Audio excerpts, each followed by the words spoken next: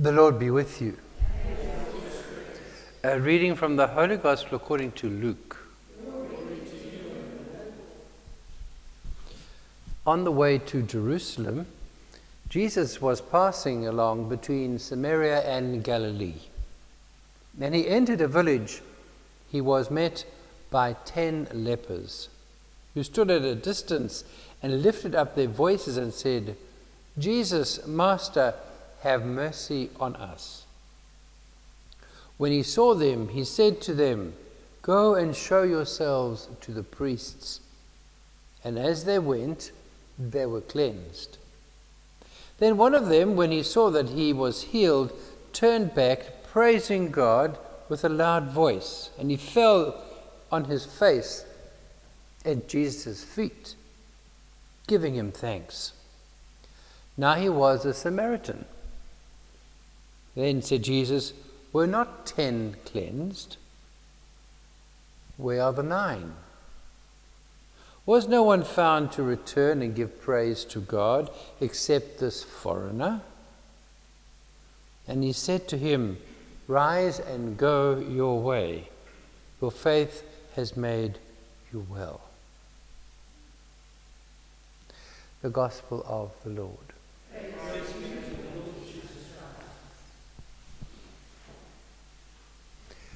St. Martin of Tours was a 4th century saint, and he was called a saint even in his lifetime. That is the kind of lifestyle that he lived. He wanted to live a very simple lifestyle.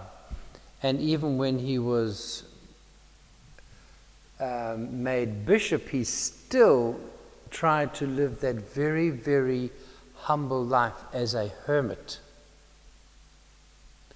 And so his example of how he took his responsibility and how he interacted with people was noticed. And here we have in our gospel reading today Jesus going out, and of the 10, only one who is a foreigner, in other words, somebody who is not of the religion or culture of Jesus, coming back specifically praising God, and in his understanding, at the foot of Jesus, who was the instrument. Obviously, the revelation came later that this was God himself. But let's take a step back.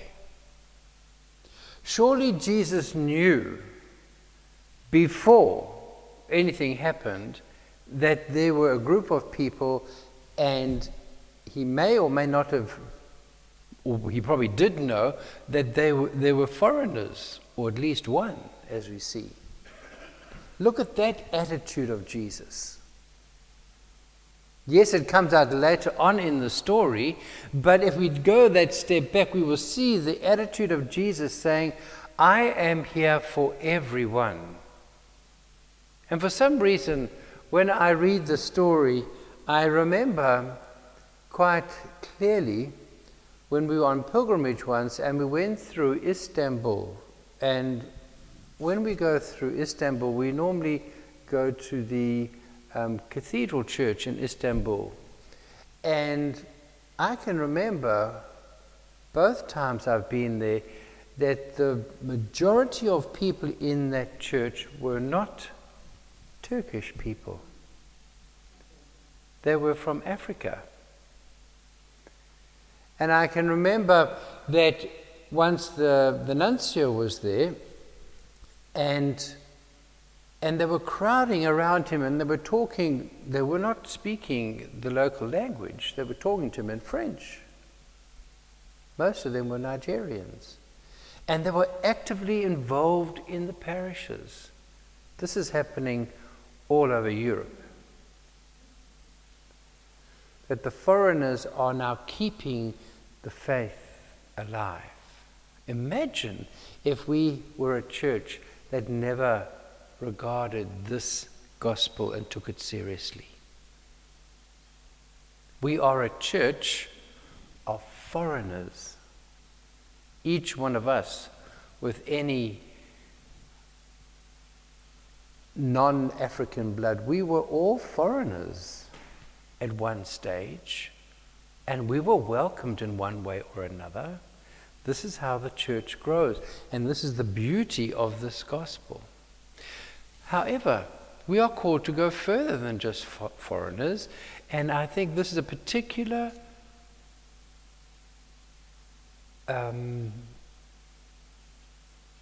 effort that we have to make now, and that is towards submissive to rulers and authorities. I find this rather difficult in the way that we see our leaders at the moment, but somehow we've got to find a way of respecting the people who have authority over us, not accepting the things that they do that are wrong, but insofar as they have been given a position to govern us, we must respect them. And now I'd like to talk about something that has come up recently, and it has affected me, and I think it will affect all of us. Social media is a very easy platform to have comments about leaders, government, church, any kind of leader. I have been corrected by a parishioner some months ago because of a comment I made on social media. And that lady was right. I had gone over a boundary. I didn't think it meant very much, but she reminded me, but Father, you are a priest, and when you say things in this particular way, it can be taken the wrong way. And I thanked her for guiding me. I think the same is happening on our social media. We are now becoming more and more aware of our social media. In our groups, there are some comments and video clips that are going out that are not appropriate for us as Christians. I do not think we should be giving any kind of commentary on any political leader, even if it's funny or not. I don't think it's our place to be posting those things on social media. They might be funny. We might have the approval of all our friends, but is it appropriate for us?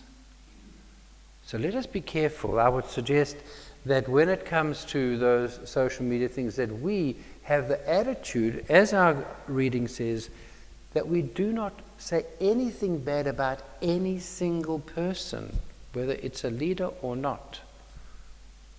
That our social media, our interaction with this new way of communicating is always positive and good. If there's something not good, then we just simply leave it out. Because we can offend not only our congregation, but we're not really being fair on the person that God knows better than us. So let's take it a step further. Let us learn. This is something that we have to learn as we go along, because this is new to us. We are not used to being able to put something on social media and it gets to so many people. And we do not know how often we can offend with what we say on social media. Whether it's governments, whether it's foreigners, and we, the church body, are called to bring this unity. So today, like Martin of Tours, let us interact with society as much as we possibly can, but let us not lose our value. Let us be like the gospel leper. Yes, everybody else is running off, the nine are running off and doing their own thing, but let us be the one that comes back to God and gives praise to God and everything good that God is doing. That holds us. That makes us holy. That makes us the example for others to follow, as Martin of Tours was. Amen.